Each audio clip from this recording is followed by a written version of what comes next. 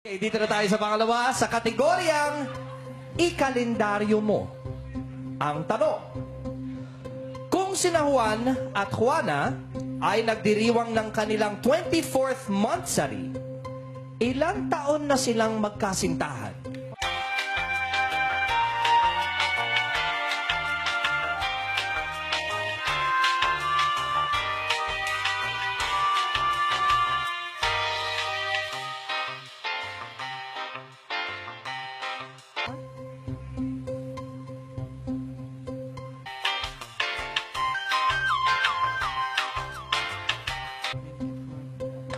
Jeneline? 40 years. 40 years. 40 years. 40 years. 40 years. Lahat tayo yung umaasa na maging mahaba ang relasyon natin, di ba? Siyempre may forever eh. Sorry nga, sa gusto niya ay forever. Oo. Ulitin ko yung tanong ha. Kung sina Juan at Juana ay nagdiriwang ng kanilang 24th monthsary, ilang taon na silang magkasintahan? Ang sagot mo ay 40 years. Parang may namatay ha. Oo. Napaganon siya eh. Oo. Your answer is Wrong. Wrong. Inunahan mo pa ako ha. Okay?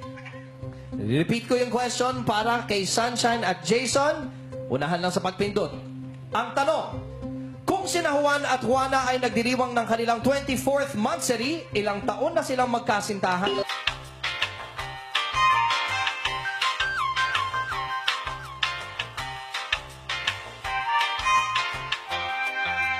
Jason. Jason. 24 years po. No, God! No, God, please, no! No! No! No! 24 years.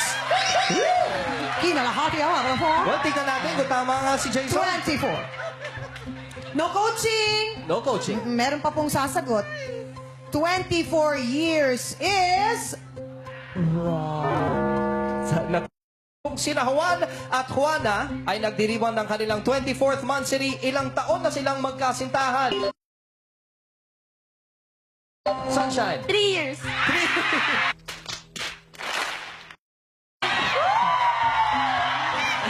years ang sagot ni Sunshine. 3 years is... Wrong! Nako! Ilang buwan ba sa isang taon? 12. 12. Oh, plus 2. Times 2, ha? 24. 24. Oh, di ilan yun? Ilang taon yun? Ilang taon yun? Year and 2 months.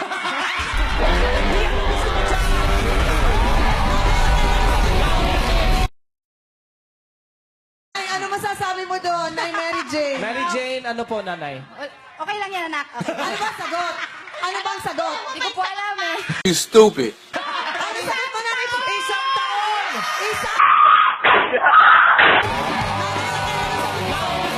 Kung may isasagot kayo, ano po ang sagot nyo? Years po. 2 years!